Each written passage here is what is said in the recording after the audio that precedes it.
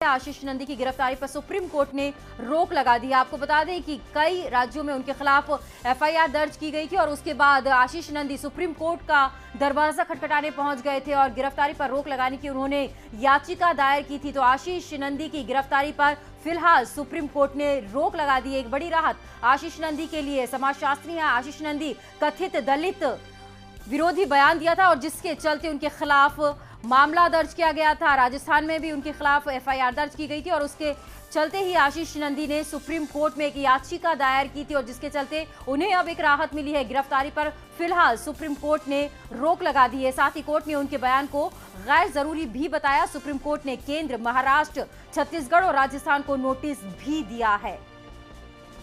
ज्यादा जानकारी के लिए बात करते हैं न्यूज एक्सप्रेस संवाददाता विप्लव अवस्थी इस वक्त हमारे साथ जुड़ गए हैं। विप्लव, क्या जानकारी आपके पास? देखिए, निश्चित रूप से अभी सुप्रीम कोर्ट के सामने ये पूरा मैटर आया था, मामला आया था और सीनियर एडवोकेट अमन लेखी पेश हुए थे और उन्होंने साफ तौर पर अदालत के सामने कहा कि इंटेंशन से दिया गया बयान है, किसी तरह का इंटेंशनली कोई बयान नहीं दिया जाए जिससे हट किया जाए। लेकिन सुप्रीम कोर्ट ने कई टिप्पणियां की हैं और टिप्पणियां करते हुए सीधे तौर पर कहा कि गैर जरूरी था कहीं ना कहीं बयान। Intention idea can be punished, ये सुप्रीम कोर्ट का कहना था कि कहीं ना कहीं तो विचार है, अभिव्यक्ति है, किसी को हताहत ना कर दें। इसलिए हमारे साथ अमन लेखी साहब बने हुए सीनियर एडवोकेट हैं, उन्होंने साफ तौर पर कोर्ट के सामने कई बातें कही।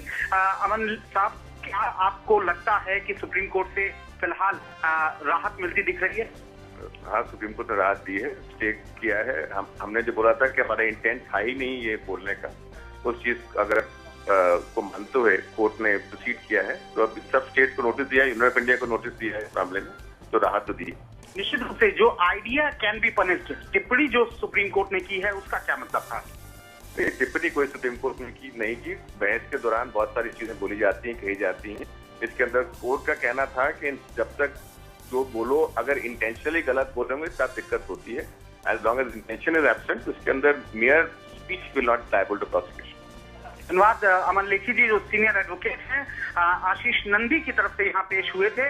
फिलहाल गिरफ्तारी पर शिवानी रोक हो गई है और चारों राज्यों को, साथ ही केंद्र सरकार को नोटिस हो गया है। 4 राज्य इसलिए जहां जहां एफआईआर रजिस्टर हुई थी, एफआईआर जहां से रजिस्टर की गई थी, उन राज्यों को नोटिस हुआ है। 4 हफ्ते में उन्हें अपना रेस्पॉन्स देना है कि क्या आशीष नंदी का जो बयान दिया गया था डेरोगेटरी था, इंटेंशनली था, क्या था, उस पर अपना चारों स्टेट और सेंटर अपना इस पर रिप्लाई फाइल करेंगे। जी विप्लव, साथ ही कोर्ट ने उनके बयान को गैर जरूरी भी बताया है। क्या कोई नसीहत भी दी है उन्हें?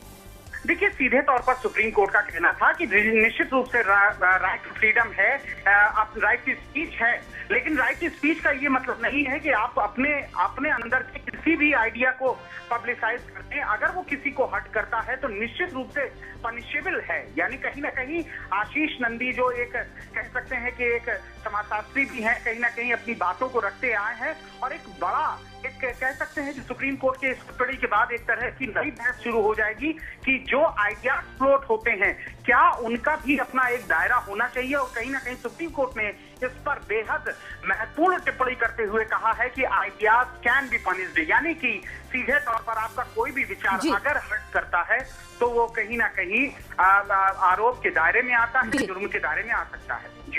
जी, तमाम जानकारी के लिए विप्लव बहुत बहुत शुक्रिया। तो आशीष नंदी को एक बड़ी राहत मिली है। समाजशास्त्री हैं, कथित तौर पर इन्होंने दलित विरोधी बयान दिया था जिसके चलते चारों तरफ इनकी आलोचना हुई थी और इसके बाद इन्होंने सुप्रीम कोर्ट का दरवाजा खटखटाया था, वहां से राहत की गुहार लगाई थी और सुप्रीम कोर्ट से इन्हें राहत मिल गई है। चारों स्टेट को ये कह दिया गया है कि उनका बयान गैर जरूरी था और ये भी कहा गया है कि महाराष्ट्र, छत्तीसगढ़ और राजस्थान को नोटिस भी दिया गया है।